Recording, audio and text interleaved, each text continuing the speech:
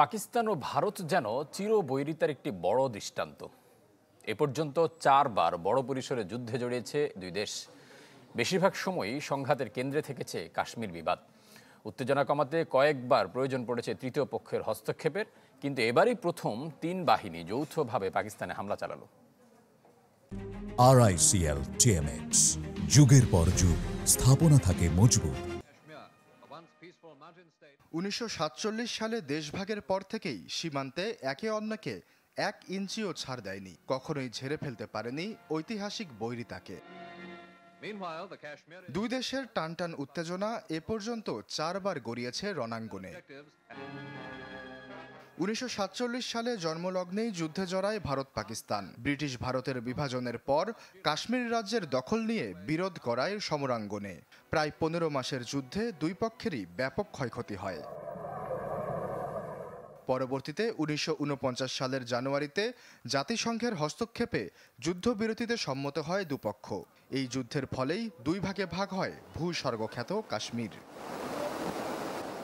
1965 সালে ফের যুদ্ধ। এবারও বিরোধের কারণ সেই কাশ্মীর ইস্যু।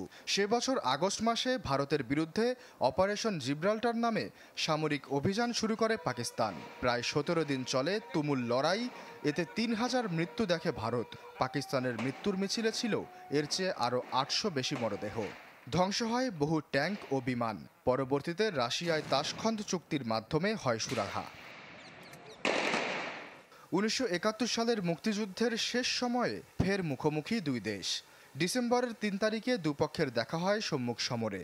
মাত্র 13 দিনের যুদ্ধে 3000 প্রাণহানি দেখে ভারত, দ্বিগুণ মৃত্যু দেখে পাকিস্তানও। অবশেষে বাংলাদেশের কাছে পাক বাহিনীর 90,000 সেনার আত্মসমর্পণের মাধ্যমে সেবার বিজয়ী হয় ভারত। 1999 সালে নিয়ন্ত্রণ রেখা অমান্য করে ভারতে ঢুকে পড়ে পাকিস্তানি সেনাবাহিনী ও কিছু বেসামরিক যোদ্ধা।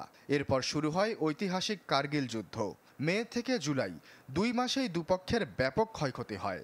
অবশেষে অনুপ্রবেশকারীদের হটিয়ে জয় হয় ভারতের।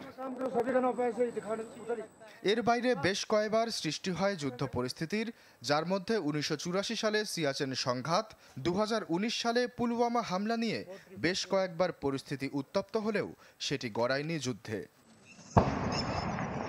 বুধবার ফের দুপক্ষের উত্তেজনা গড়ায় সংঘাত সংঘর্ষে।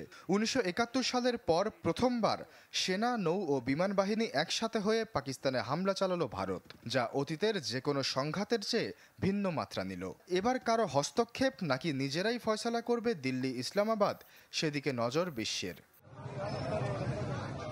আশ্বাস চৌধুরী, চ্যানেল 24।